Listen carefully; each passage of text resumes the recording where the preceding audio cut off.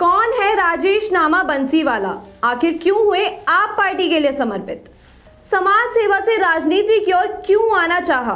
बात करेंगे आज की हमारी इस खबर में। नमस्कार, आप देख रहे हैं हेडलाइंस लाइव न्यूज और मैं हूं आपके साथ दीक्षा राठौर। राजेश नामा बंसीवाला एक सुलझे व्यक्तित्व के समाज सेवक रहे और अपनी सामाजिक प्रख्याति के आधार पर अपने ही वार्ड रोहिणी को सुंदर और विकसित करने के लिए मन में योजनाएं लेकर सत्ता परिवर्तन के लिए 2017 में दिल्ली नगर निगम चुनाव का निर्दलीय चुनाव लड़ने राजनीतिक चुनावी मैदान में उतर गए और 4400 वोट का समर्थन पाकर चौथे स्थान पर ही रुक गए, जिसमें आप पार्टी को 6310 और कांग्रेस को 5726 वोट मिले और बीजेपी से प्रीति अग्रवाल ने जीत दर्ज करा ली।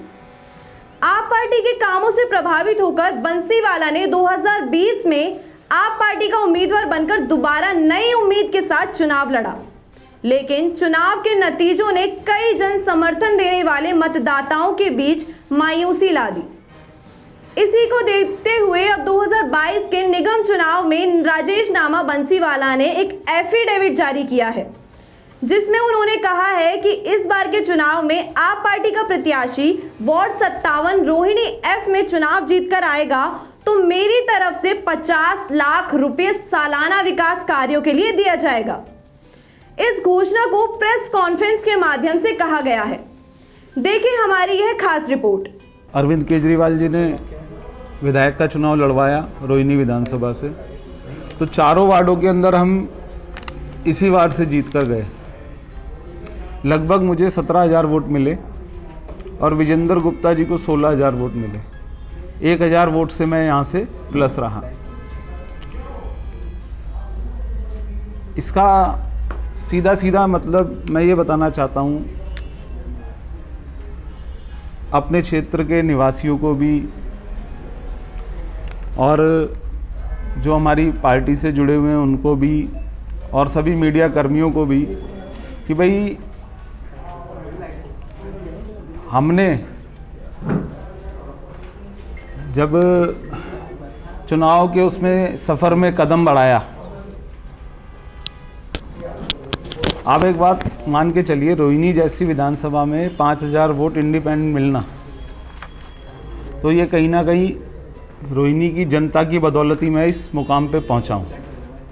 आज राजेश नामा बंसीवाला अगर जाना जाता है तो अपने जो वार्ड की जो लोगों ने मुझे समर्थन दिया उस टाइम पर, तो मेरे मन में भी एक बात आई कि अगर मुझे या मेरे से जुड़े हुए व्यक्ति को इस बार निगम चुनाव में मौका मिलता है तो जैसे हम अपने परिवार के लिए, अपने लोगों के लिए करते हैं, तो क्यों ना मैं भी अपने वार्ड के लिए, अपने क्षेत्र के लिए, अपने बिजनेस से 50 लाख रुपए हर साल डोनेशन के तौर पे दिया जाए और वो जो 50 लाख रुपए हैं वो उन कार्यों में लगाए जाएं। जैसे मानो बहुत जगहें ऐसी हैं जहाँ पर एमसीडी का फंड नहीं आता या केंद्र सरकार का फंड नहीं आता या किसी कारण से बहुत लोगों की पेंशन नहीं लग पाती। मैं ये देखता हूँ कि बहुत बार किसी का कोई डॉक्यूमेंट पूरा नहीं है, कोई ऐसी दिक्कतें रही हैं कि जिसकी वजह से अब मानो कोई माता जी दिल्ली में आके रहने लग गई 7 साल पहले और उनका कोई डॉक्यूमेंट बना नहीं और वो समर्थ नहीं रही, तो ऐसे लोगों को हम इसी फंड में से जो हमारे वार्ड में रहते हैं उन्हें पेंशन दी जा सके। इस तरीके से मान लो कभी कोई प्रॉब्लम आ रही है, एमसीडी से फंड नहीं आ रहा, सफाई व्यवस्था रुक गई, तो इस पैसे को उसमें यूज़ किया जाए। और इसके अंदर हम शपथ पत्र दे रहे हैं और शपथ ले भी रहे हैं साथ में कि हम जो बात कह रहे हैं उसे उसी तरीके से ही निगम चुनाव होता है और हमसे जुड़ा हुआ व्यक्ति अगर जीत के आता है तो हम पहले 2 महीने में जो पहले साल का 50 लाख रुपए फंड है उसको पहले 2 महीने में लगाएंगे, जिससे कि जो काफ़ी टाइमों से काम अभी रुके हुए हैं। कभी क्या होता है जब सरकार बनती है तो उसमें टाइम लग जाता है प्रोसेस में चीज़ों को आने में, तो हमने ये भी सोचा है कि अप्रैल में चुनाव है और मई जून के अंदर ही 50 लाख रुपए फंड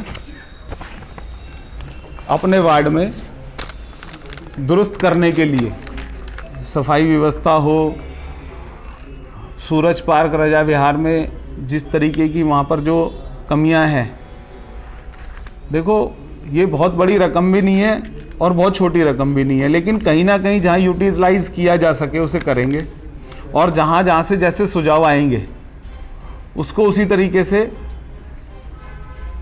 यूज़ किया जाएगा। इस प्रेस कॉन्फ्रेंस के बाद यह घोषणा पूरी दिल्ली में एक चर्चा का विषय बन गई है और रोहिणी विधानसभा की राजनीतिक गलियारों में सनसनी फैल गई है। अब विपक्षी दलों ने भी राजेशनामा बंसीवाला की घोषणा गंभीरता से चर्चा का विषय बन गया है।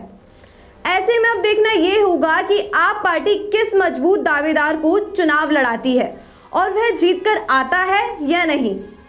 अभी के लिए बस इतना ही। अब मुझे दीजिए इजाजत। धन्यवाद।